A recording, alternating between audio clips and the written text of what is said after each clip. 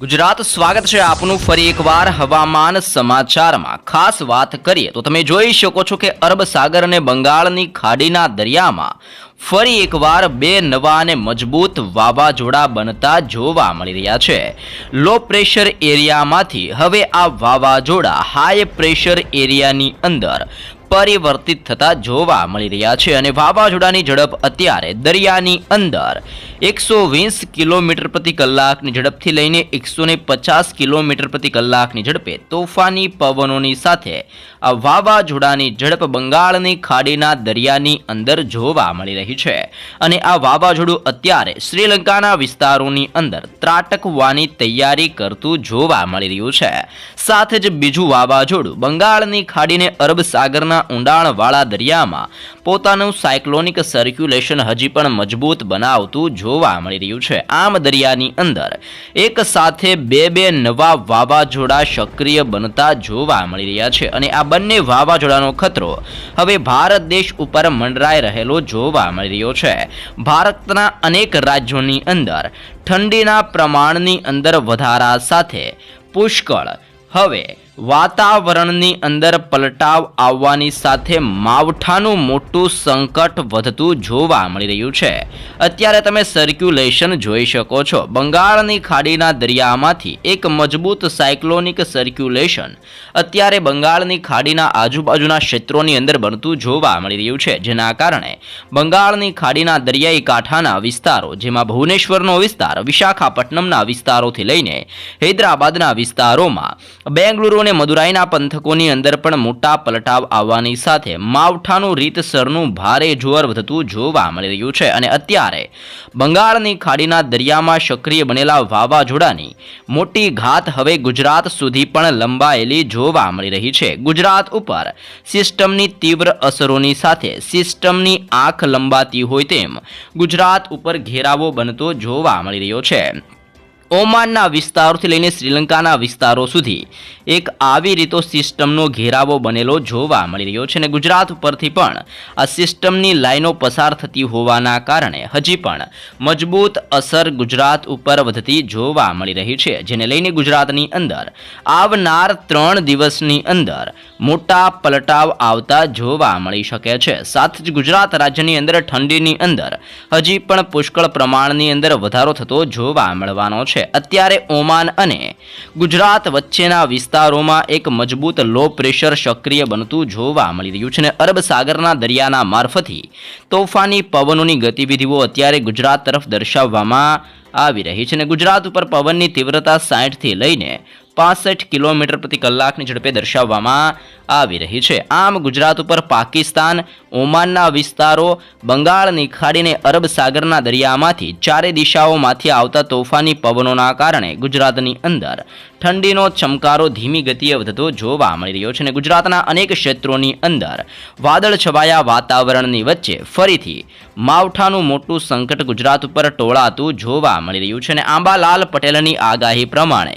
આવનાર 3 દિવસ ગુજરાત માટે હજી પણ ખતરા સ્વરૂપ એટલે કે ઠંડીના પ્રમાણની અંદર પુષ્કળ વધારા સાથે કમોસમી વરસાદની મોટી આગાહી ગુજરાતના ભિન્ન ભિન્ન ક્ષેત્રોને લઈને દર્શાવવામાં આવી રહી છે। તમે લાઈવ જોઈ શકો છો કે આ સંપૂર્ણ વિસ્તારોમાં એક મજબૂત વાદળનો પટ્ટો ઘેરાતો જોવા મળી રહ્યો છે અને આ સંપૂર્ણ વિસ્તારોની અંદર વાદળ છવાયા વાતાવરણ સાથે ભુવનેશ્વર, નાગપુર, મુંબઈ, બેંગલુરુ, હૈદરાબાદ, વિશાખાપટ્ટનમ, બેંગલુરુની સાથે મદુરાઈના વિસ્તારોથી લઈને શ્રીલંકાના વિસ્તારોની અંદર, સાથે કલાઈના વિસ્તારથી લઈને ઢાકાના વિસ્તારોની અંદર પણ પુષ્કળ વાદળોના ઝુંડ ઘેરાતા જોવા મળી રહ્યા છે અને વાવાઝોડું બંગાળની ખાડીના દરિયામાં સક્રિય બનવાના કારણે આ વિસ્તારોમાં પોતાનું ભારેથી લઈને અતિ ભયંકર અસરોવાળી સિસ્ટમની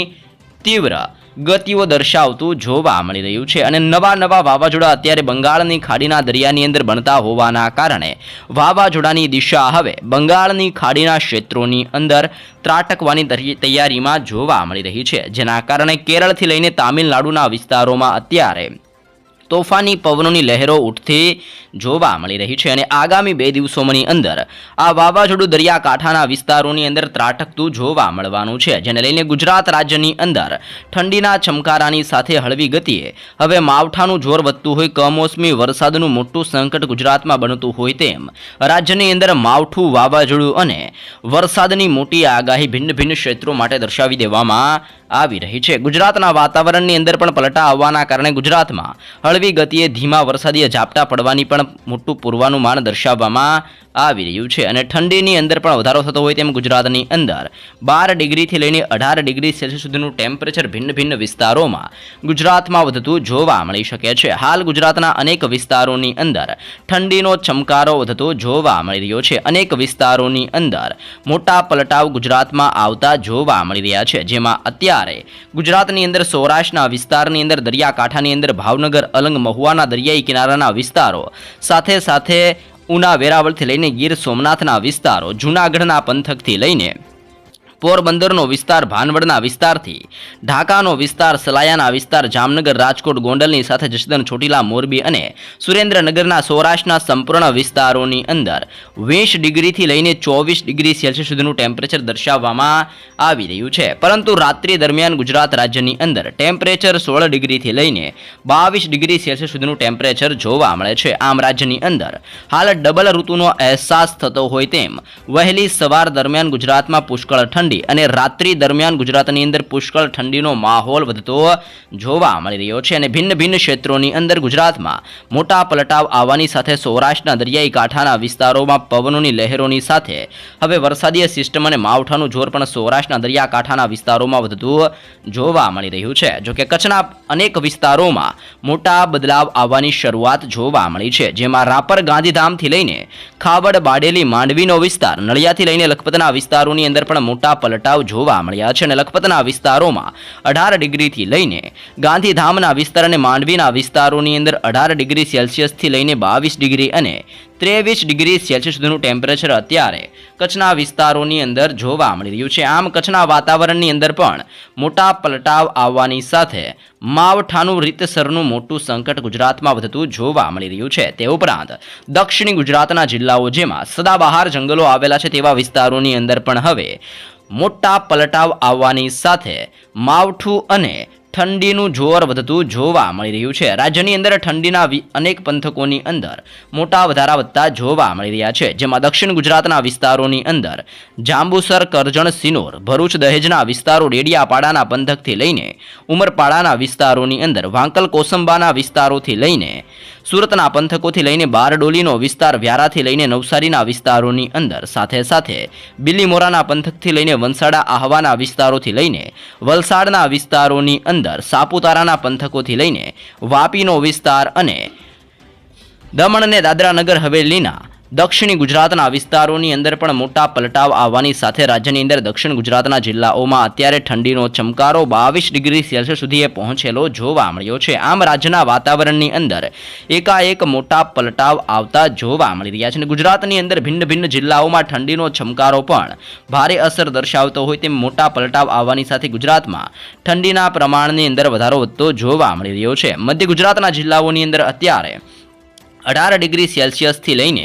20 ડિગ્રી સેલ્સિયસ સુધીનું ટેમ્પરેચર ગુજરાતમાં જોવા મળી રહ્યું છે, જેમાં અહેમદાબાદના જિલ્લાની અંદર અત્યારે 20 ડિગ્રી સેલ્સિયસ ટેમ્પરેચર માપવામાં આવી રહ્યું છે। ધોળકાની અંદર 19, નડિયાદમાં 19 તો ખંભાતના વિસ્તારોની અંદર 19 ડિગ્રી સેલ્સિયસ જોવા મળ્યું છે। લુણાવાડાના વિસ્તારની અંદર 18, ગોધરાની અંદર 20, વડોદરાની અંદર 20, બોડેલીમાં 20, દાહોદની અંદર 18, છોટાઉદેપુર, ખેડા, પંચમહાલ અને મહીસાગરના વિસ્તારોની અંદર આમ રાજ્યની અંદર મધ્ય ગુજરાતના વિસ્તારોની અંદર પણ ભારે અને તોફાની પવનોની લહેરો ફૂંકાતી જોવા મળી રહી છે। આમ રાજ્યના વાતાવરણમાં તોફાની પવનોની સાથે મેઘરાજાનું જોર મધ્ય ગુજરાતના જિલ્લાઓની અંદર વધતું હોય તેમ ઠંડીના ચમકારાની સાથે હજી પણ ભારે અસરો દર્શાવતું નવી સિસ્ટમનું જોર જોવા મળી રહ્યું છે। ઉત્તર ગુજરાતના રાજસ્થાનને અડીને આવેલા સરહદી વિસ્તારોમાં ઠંડીનો ચમકારો સૌથી વધારે અસર કરતો જોવા મળ્યો છે, જેમાં બનાસકાંઠા, સાબરકાંઠા, અરવલ્લી, પાટણ, મહેસાણા અને ગાંધીનગરના